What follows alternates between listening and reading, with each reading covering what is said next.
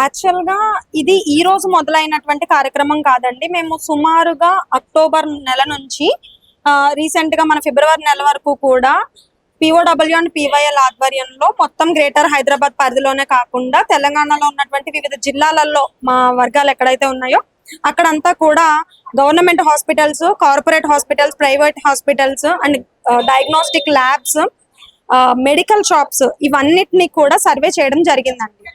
మా సర్వే యొక్క ముఖ్య ఉద్దేశం ఏంటంటే, ఒకటి కార్పొరేట్ ప్రైవేట్ హాస్పిటల్స్ చేస్తున్నటువంటి దోపిడీకి వ్యతిరేకంగా దాన్ని అరికట్టాలి అనేటువంటి దానికి వ్యతిరేకంగా. రెండో డిమాండ్ ఏంటంటే, గవర్నమెంట్ హాస్పిటల్స్, బస్తీ దవాఖానాలు కావచ్చు, పిహెచ్ఎల్ కావచ్చు, ఏరియా హాస్పిటల్స్ కావచ్చు, ఇన్ని ఉన్నాయి, ఇన్ని వేల సంఖ్యలో ఉన్నాయి. కానీ ఇక్కడ ఫెసిలిటీస్కి వస్తే ఎందుకు ప్రైవేట్ హాస్పిటల్స్ లో పోటీ పడలేకపోతుంది? రెండోది, గవర్నమెంట్ హాస్పిటల్స్ ని బలోపేతం చేసే దిశగా అసలు ప్రభుత్వాలు ఏం చర్యలు తీసుకుంటున్నాయి? ఇంకా విద్యా రంగాలలో నిద్రావస్థలోనే ప్రభుత్వాలు ఉన్నాయి, వాటిని తట్టి లేపాలి అనేటువంటి ఉద్దేశంతోనే మేము ఈ కార్యక్రమానికి శ్రీకారం చుట్టామండి.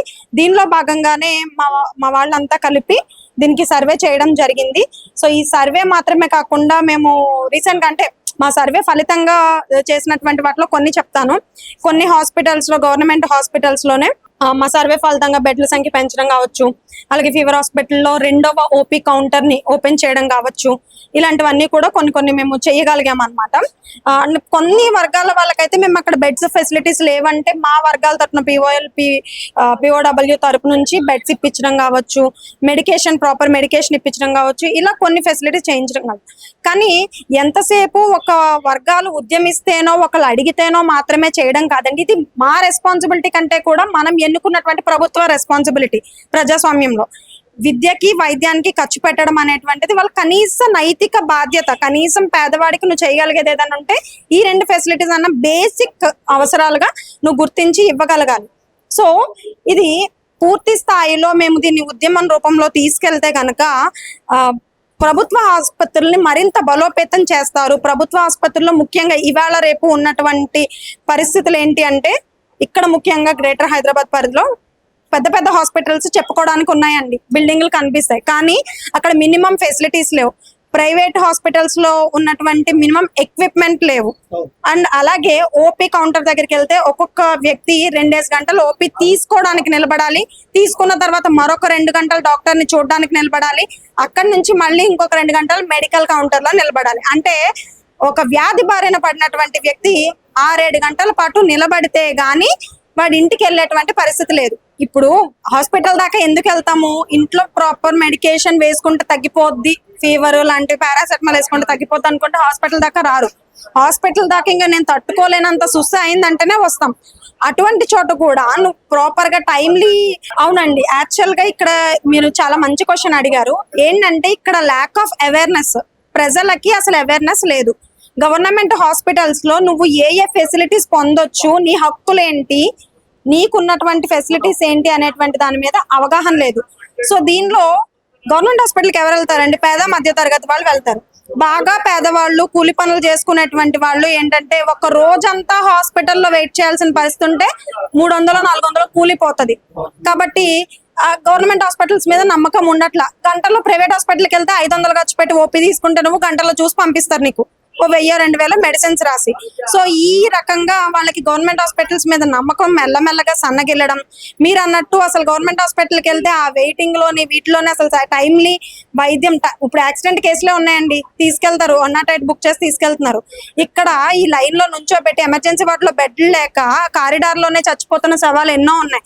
సో ఈ బతుకుతామా లేదా, బతికించుకుంటామా లేదా మనిషిని అనేటువంటి భయంతో, ఈ భయం అనేటువంటిది ఏదైతే ఉందో దీన్ని కార్పొరేట్ హాస్పిటల్స్ క్యాష్ చేసుకుని వాళ్ళు కూడా శవాలనే అప్పచెప్తున్నారు. కాకపోతే నీకు పొలం ఉందా, ఏముందా, పక్కన వాళ్ళ దగ్గర అప్పులు అడిగన్నా సరే, పుస్తలు అమ్ముకున్నా సరే ఆ డబ్బులు తీసుకొచ్చి అంతా పెడితే మనం ఇక్కడ ఏం కొనుక్కున్నాం? వైద్యం కాదు, శవాలనే కొనుక్కున్నాం చివరికి తిరిగి. సో ఇక్కడ భరోసా లేదు, అక్కడ భరోసా లేదు. ఈ భరోసా కల్పించాల్సిన బాధ్యత ఎవరి మీద ఉంది?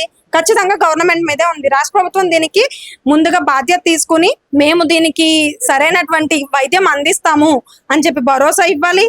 అండ్ ఆసుపత్రుల సంఖ్య పెంచాలి, వైద్యుల సంఖ్య పెంచాలి, బెడ్ల సంఖ్య పెంచాలి. మెడికేషన్ మాఫియా ఏదైతే ఉందో, మెడికల్ మాఫియా, డ్రగ్ మాఫియా లాగా ఇది ఎలా ఉందంటే, గవర్నమెంట్ హాస్పిటలే కానీ బయట మందులు రాస్తారు. సో బయట మందులు రాయడం అనేటువంటిది అటు తిరిగి ఇటు తిరిగి ఆకీస్ పాక్ పాకీజా ఆక్పాక్ కరేపాక్ అన్నట్టు అటు తిరిగి ఇటు తిరిగి మళ్ళీ బయట మందులే కొనుక్కునేటప్పుడు వేలు తగిలేసి మళ్ళీ బయట టెస్ట్లే. గవర్నమెంట్ హాస్పిటల్లో ఎక్స్రే మిషన్లు ఉంటాయి, అన్ని ఉంటాయి, ఈసీజీలు ఉంటాయి, కానీ టెస్ట్ పలానా ల్యాబ్కి వెళ్ళి చేయించుకోండి, మన గవర్నమెంట్ హాస్పిటల్ పక్క గల్లీలోనే ఉంటది, అక్కడికి వెళ్ళి చేయించుకుంటే కమిషన్లు వస్తాయి ఈ డాక్టర్లకు కూడా. సో వీళ్ళంతా టైఅప్ అనమాట, ఒకరికొకరు మళ్ళీ టైఅప్. పేరుకి మాత్రమే గవర్నమెంట్ హాస్పిటల్స్, ప్రైవేట్ హాస్పిటల్స్. ఎక్కడ తేడా ఉంది అంటే జస్ట్ ఓపీ చీట్ దగ్గరే తేడా ఉందేమో మహా అయితే.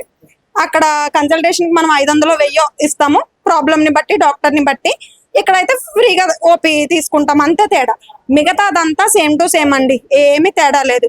ఇంకా ఒక రవ్వ చెప్పాలంటే ప్రైవేట్ హాస్పిటల్కి వెళ్తేనే త్వరగా ట్రీట్మెంట్ అవుతుందేమో అన్న ఉద్దేశంతో అటు వెళ్తున్నారు అనమాట. అండ్ రెండోది, గవర్నమెంట్ హాస్పిటల్స్ లో డ్రగ్స్ లో కూడా ఇందాక మన డిఎంహెచ్ఓ గారు మాట్లాడినట్టు కాంబినేషన్ డ్రగ్స్ ఉండవు. అంటే లైక్ ఒక వ్యాధికి 2-3 రకాల డ్రగ్స్ ఇవ్వాల్సి ఉంటది, 2-3 మెడిసిన్స్ రాస్తారనమాట గవర్నమెంట్ డాక్టర్లు. అదే ప్రైవేట్ హాస్పిటల్లోకి వెళ్తే ఒకటే డ్రగ్ రాస్తారు, అది కాంబినేషన్ మెడిసిన్ ఉంటుంది.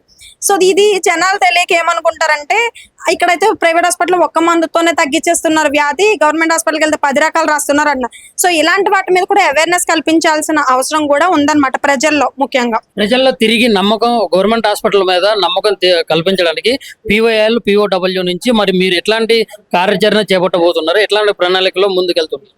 ఎస్ అండి, ఈ రోజు మనం నిర్వహించుకున్నటువంటి చర్చా వేదిక అనేటువంటిది మొత్తం అన్ని రకాల వర్గాల వాళ్ళు, సంఘాల వాళ్ళు, అలాగే డిఎంహెచ్ఓ గారు కూడా రావడం జరిగింది. ఆయన, ఎమ్మెల్సీ కోదండరాం, ఇలాంటి పెద్ద మనుషులు అందరి సమక్షంలో, బాధితుల సమక్షంలో ఎక్కడెక్కడ ప్రాబ్లమ్స్ ఉన్నాయి, ఏమేం ప్రాబ్లమ్స్ ఉన్నాయి అనేటువంటిదంతా మేము లిస్ట్ అవుట్ చేయడం జరిగింది.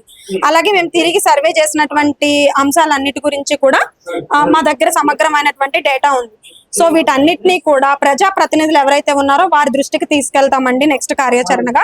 అండ్ వాళ్ళు కనుక సరైనటువంటి స్పందన అనేటువంటిది గవర్నమెంట్ నుంచి రాకపోతే కనుక మేము మా సంఘాల తరపున దీన్ని పెద్ద ఎత్తులో రాష్ట్ర స్థాయిలో అవగాహన కల్పించే విధంగా ఎలాగైనా ఈ వైద్యం అనేటువంటిది ప్రజలకు అందించాలి. కాబట్టి ఎట్లయినా దానికి కేటాయించినటువంటి బడ్జెట్ ఏమైతే ఉందో ఆ బడ్జెట్ కేవలం పేపర్కి మాత్రమే పరిమితం కాకుండా బడ్జెట్ కేటాయింపులు పూర్తి స్థాయిలో సంవత్సరం మొత్తం అమలయ్యేలాగా వైద్య రంగానికి, విద్యా రంగానికి పూర్తిగా ఖర్చు పెట్టి ఆఖరి రూపాయి వరకు ఖర్చు పెట్టేలాగా గవర్నమెంట్ మీద ఒత్తిడి తీసుకురావడం అనేటువంటి జరుగుతుంది.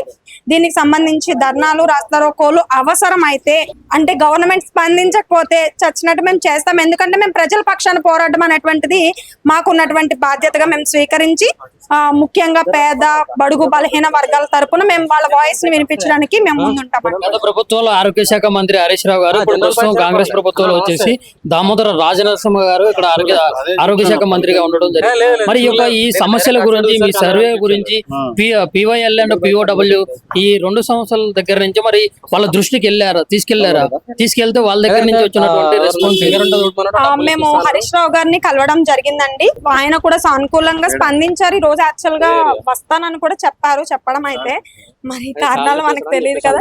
కాకపోతే మేము ప్రజా ప్రతినిధులు ఎవరైతే ఉన్నారో అపోజిషన్ లో ఉన్న వాళ్ళకి కానీ, రూలింగ్ లో ఉన్న వాళ్ళకి కానీ, ఎమ్మెల్సీలకు కానీ, అండ్ ఇక్కడ హైదరాబాద్ లో, గ్రేటర్ హైదరాబాద్ లో పరిధిలో ఉన్నటువంటి అన్ని గవర్నమెంట్ హాస్పిటల్ సూపరింటెండెంట్ కలవడం జరిగింది. నిమ్స్, నీలోఫర్ ఇలాంటి డైరెక్టర్లని వాళ్ళందరినీ కూడా కలవడం జరిగింది అనమాట. ప్రతి ఒక్కరి బాధ్యత అండి ఇది, ఏ ఒక్కరిది మాత్రమే కాదు. కాబట్టి వాళ్ళంతా కూడా ముందుకొచ్చి మాట్లాడి, వాళ్ళు ఇప్పుడు మీరు అడిగారు ఈ క్వశ్చన్ కి, మీకు అడ్డొచ్చానని ఏమనుకోవద్దు. బట్ నేను చెప్పాలనుకున్నది ఏంటంటే, ఇప్పుడు గవర్నమెంట్ హాస్పిటల్స్ లో ఏం ఉన్నాయి, ఏం ఫెసిలిటీస్ అనేటువంటి దాని మీద అవగాహన కల్పించడానికి ఇంట్రెస్ట్ ఉండట్లేదు. ఇదే ప్రజాప్రతినిధులు కార్పొరేట్ హాస్పిటల్ ఓపెనింగ్ కి రిబ్బన్ కటింగ్ వెళ్తున్నారు. ఏం మెసేజ్ ఇస్తున్నట్టు అంటే జనాలకు ఎలాంటి మెసేజ్? నేను అక్కడ వైద్యం చేయించుకుంటున్నా, నేను కార్పొరేట్ లోనే వైద్యం చేయించుకుంటున్నా, పెద్ద వాళ్ళకి ఏదైనా వస్తే వాళ్ళ ఫ్యామిలీస్ అంతా కార్పొరేట్ లోనే వెళ్తున్నారు. అఫ్ కోర్స్ వాళ్ళు అఫోర్డ్ చేయగలుగుతారు. అండ్ వీళ్ళు రిబ్బన్ కటింగ్ కూడా గవర్నమెంట్ ప్రైవేట్ హాస్పిటల్స్ కి వెళ్తున్నారు. బట్ నువ్వు గవర్నమెంట్ హాస్పిటల్లో ఏముందో as a minister, as a MLA, as N MLC నువ్వు గవర్నమెంట్ హాస్పిటల్ మీద ఎందుకు ప్రచారం చేయట్లేదు? ఓన్లీ ఎలక్షన్ టైంలో మాత్రమే ఏమేం చేసామో చెప్తున్నారు. బట్ ఈ ప్రచారం అనేటువంటిది ఓన్లీ ఎలక్షన్ కి ముందు క్యాంపెయిన్ లా కాకుండా ప్రతి రోజు కూడా, అంటే 365 days జనాలకి చైతన్యం కలిగిస్తేనే కదండి నీ దగ్గర నువ్వేం ఫెసిలిటీస్ ఇస్తున్నావో తెలుస్తుంది, నువ్వు అసలు ఏం చేస్తున్నావో తెలుస్తుంది, వాళ్ళ హక్కులేంటో వాళ్ళకి తెలుస్తుంది, వాళ్ళు ఏం వాడుకోవాలో, యూజ్ చేసుకోవాలో వాళ్ళకి తెలుస్తుంది. సో అది చేయాల్సిన బాధ్యత ఖచ్చితంగా గవర్నమెంట్ మీద ఉంది. అండ్ అపోజిషన్ మీద కూడా ఒత్తిడి తేవాల్సిన బాధ్యత ఉంది.